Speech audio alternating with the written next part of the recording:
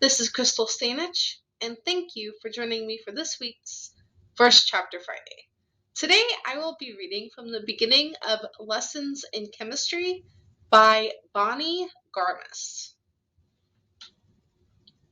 Chapter 1, November 1961. Back in 1961, when women wore short-waist dresses and joined garden clubs and drove legions of children around in seat-beltless cars without giving it a second thought. Back before anyone knew there'd even be a 60s movement, much less one that its participants would spend the next 60 years chronicling. Back when the big wars were over and the secret wars had just begun, and people were starting to think fresh and believe everything was possible.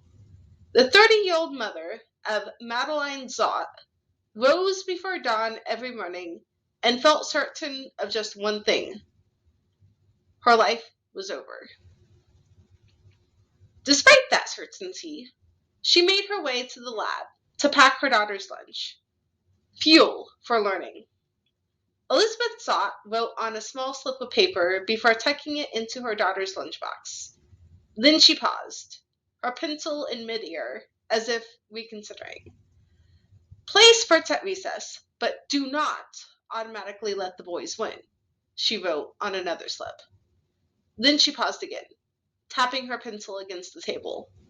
It is not your imagination, she wrote on a third. Most people are awful. She placed the last two on top. Most young children can't read, and if they can, it's mostly words like dog and go. But Madeline had been reading since age 3, and now, at age 5, was already through most of Dickens. Madeline was that kind of child. The kind who could hum a Bach concerto, but couldn't tie her own shoes. Who could explain the Earth's rotation, but stumbled at tic-tac-toe. And that was the problem.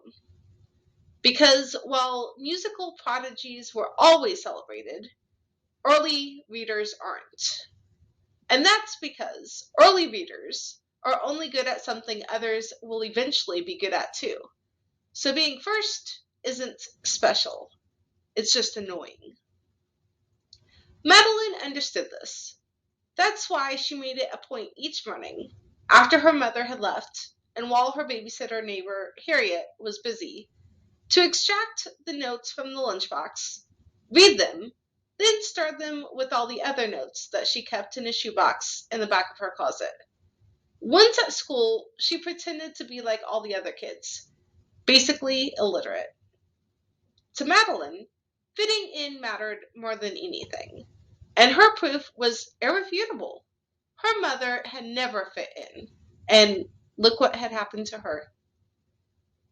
It was there, in the Southern California town of Commons, where the weather was mostly warm, but not too warm, and the sky was mostly blue, but not too blue, and the air was clean because air just was back then, that she lay in her bed, eyes closed, and waited.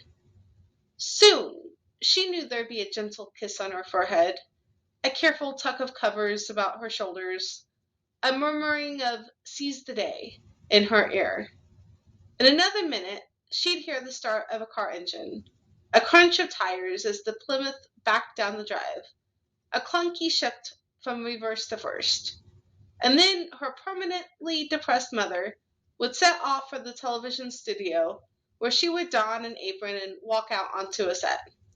The show was called Supper at 6, and Elizabeth Zott was its indisputable star.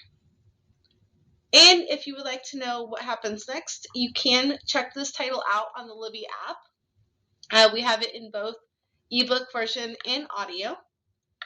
Please join me here next week as I read from the beginning of Julie Klassen's The Sisters of Seaview. Thanks and have a great week.